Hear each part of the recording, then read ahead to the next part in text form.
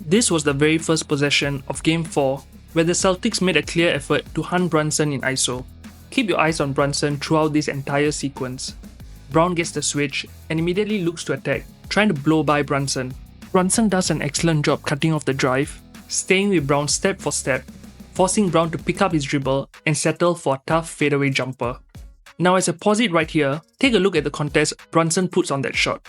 That's textbook defense. For a player often labelled a defensive liability, someone opposing teams routinely look to target, this was a statement defensive possession. And that effort set the tone for the rest of the night. Fast forward to the next time Boston tried to go at Brunson in ISO, this time is Jrue Holiday, trying to replicate what Brown attempted. Once again, Brunson holds his ground, shuts off the driving lane and forces Jrue to kick it out to Tatum for a contested 3 that he ends up missing. Heading into Game 4, Tatum shot just 10 for 29 from deep, and why it is exactly the kind of shot the Knicks want him taking, a contested 3 from above the break. Despite his overall shooting prowess, Tatum hit just 33.7% of those above the break 3s during the regular season. That's the second worst mark of any Celtic who averaged at least 20 minutes per game. The only player who shot worse was Jalen Brown. And if you want a deeper dive into Brown's shooting struggles, be sure to check out my breakdown on that by clicking the link in the top right corner. But getting back to this video, here's what most people don't realize. While Brunson is often labelled a defensive liability, that narrative doesn't quite hold up. In reality, he's one of the most underrated ISO defenders in the league. So far in these playoffs, Brunson has allowed just 0.69 points per possession in ISO.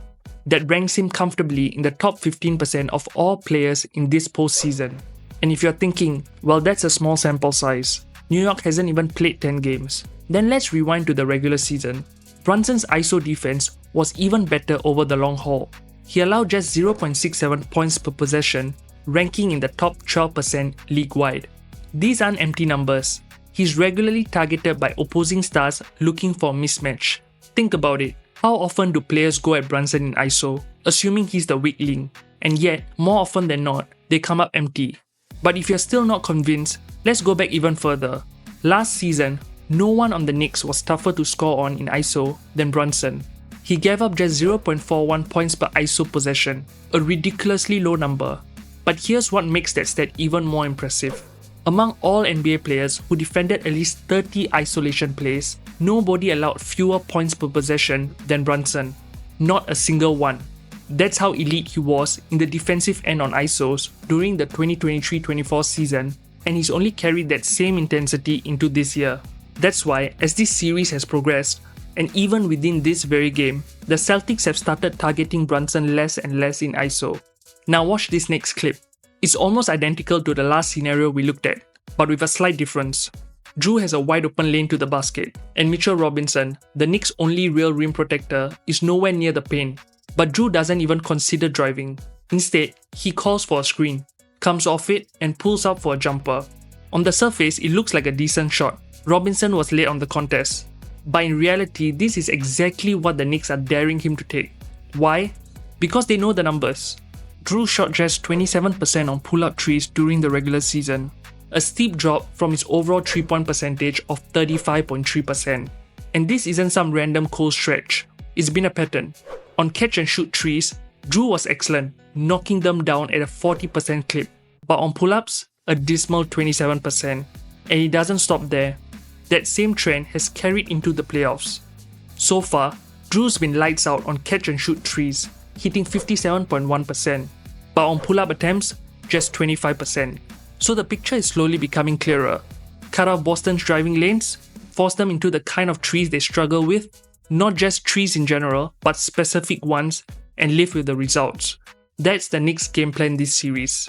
And unsurprisingly, the Celtics started to adjust, gradually steering clear of ISO matchups against Brunson. Just like the previous possession, where Jrue had Brunson one-on-one, but instead opted for a pick and roll, Tatum finds himself in a similar situation here. He has Brunson on an island, but chooses not to attack him directly. Instead, he calls for White to set a screen, aiming to force a switch onto Towns. But White sets a ghost screen instead, in an attempt to create some confusion amongst the Knicks defenders. And it worked. Both Brunson and Towns commit to Tatum, leaving White wide open on the wing. But the Knicks countered that beautifully by executing a perfect peel switch. For those unfamiliar, a peel switch is a high-level rotation where the help defender peels off to contest the open shooter, while the on-ball defender recovers to the helper's original assignment. And if done correctly, it allows a team to help off the strong side corner without getting burned. In this play, Bridges reads it instantly. He sees White popping out and instinctively leaves his man to rotate over and contest. Towns begins to recover to White, but quickly recognizes that Bridges already has it covered. Now a lesser prepared team might panic here. Towns could have easily tried to double White, but instead, he processes the situation on the fly and seamlessly rotates over to cover Jrue, who had been lurking wide open in the dunker spot. That smart, timely rotation shuts down the passing lane.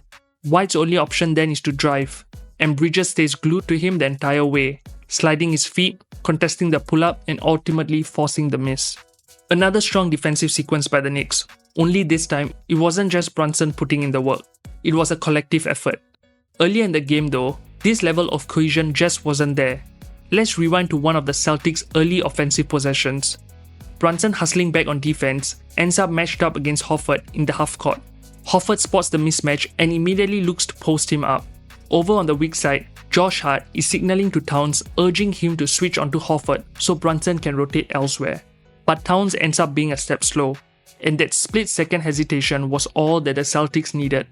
Jrue quickly makes a cut towards the high post, slipping behind the defense and making himself available for a pass from Tatum. Hart is forced to rotate over to cover Jrue, which now leaves Brown wide open in the corner.